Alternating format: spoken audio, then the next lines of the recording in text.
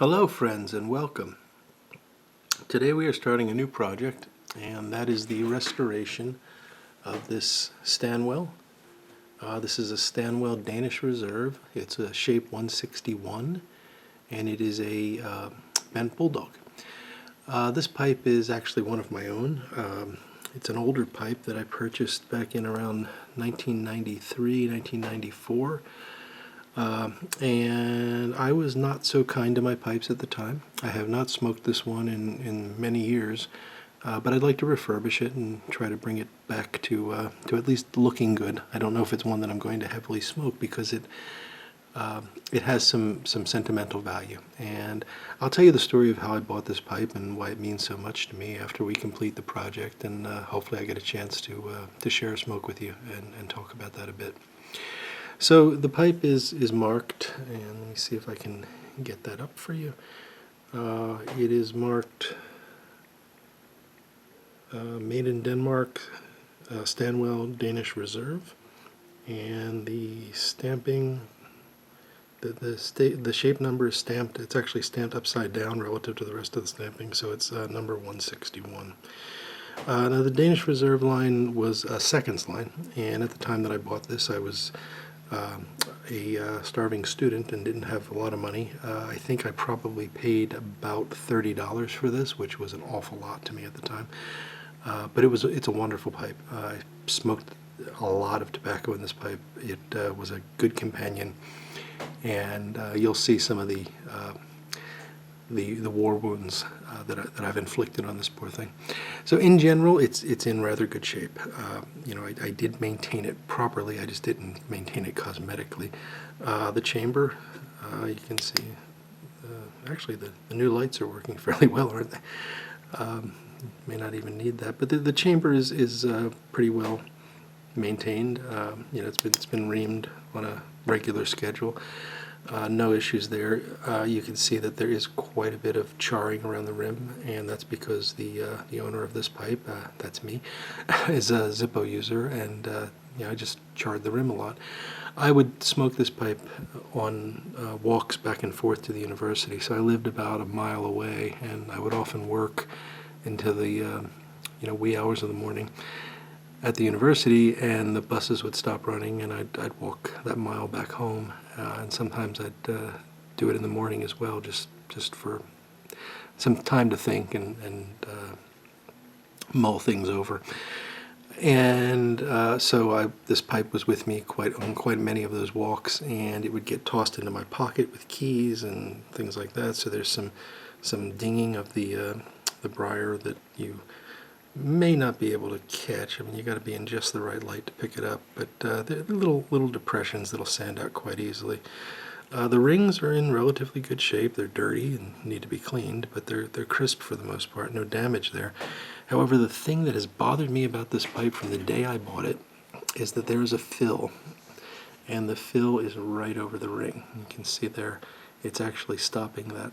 Well, it's interrupting that ring. And I have fantasized about getting a file or a knife or a saw or something and carving that out and completing the ring, probably from the day I bought this. So one thing I would like to do is remove that fill and make it look a bit more natural and allow the ring to be a full ring. I haven't done that because that will involve refinishing the whole pipe, and I'd like to avoid that. The finish is not bad. It's a bit dull right now, but this will buff up quite nicely. However, there's another problem that's going to require refinishing anyway, so I will tackle the fill. The other problem is that there is a small hairline crack in the shank, and if I pull the stem out part way, you should be able to see this. I don't want to stretch it too much, but there's a crack that's going right through the K in Denmark that is of great concern, because if the shank cracks there you can see it quite clearly now. If the shank were to crack right in there, that would be bad news for the pipe. Now normally what I would do if this were a round or oval shaped shank is I'd put a metal band on it, and that would glue the crack and then put a metal band on, and that would ensure that in the future this will not crack.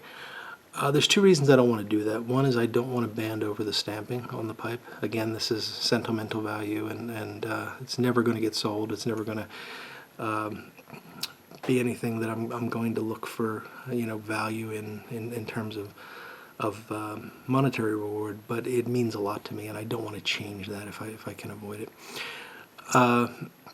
It's also not going to be heavily smoked. This is something that I'm going to smoke once in a while, so it's not going to be in my weekly rotation, and therefore I'm not too worried about this opening up again and making a larger crack, although it's something I will keep an eye on. So we'll repair that crack the same way we would repair it if it were, a crack over here, where there's not going to be that stress of the stem going in and out.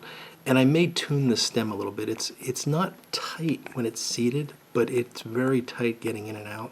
So I may actually loosen that a little bit just to help avoid any additional stress on the shank.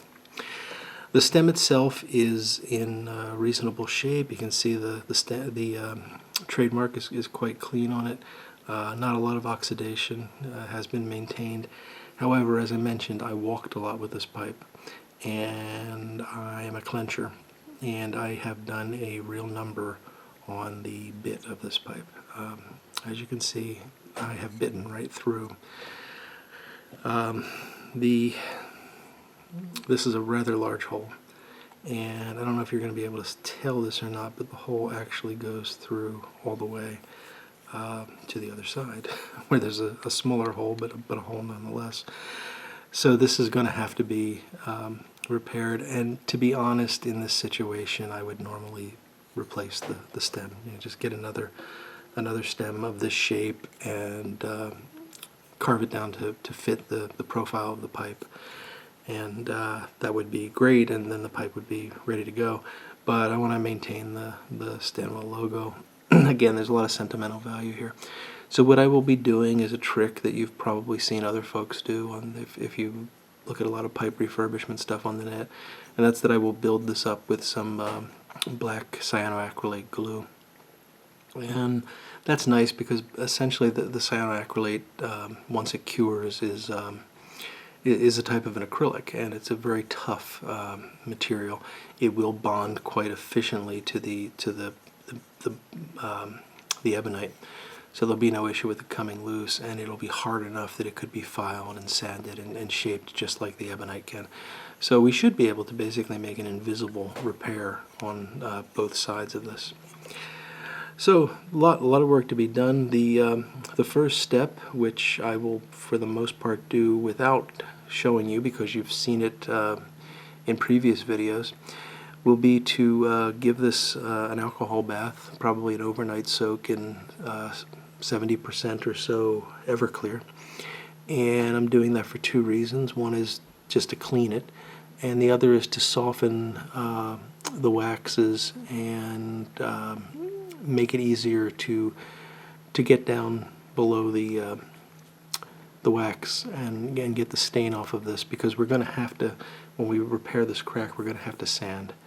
And I want to try to be careful about sanding here again because of the stamping, but it is going to probably get into the stain, so we're going to have to restain the pipe anyway.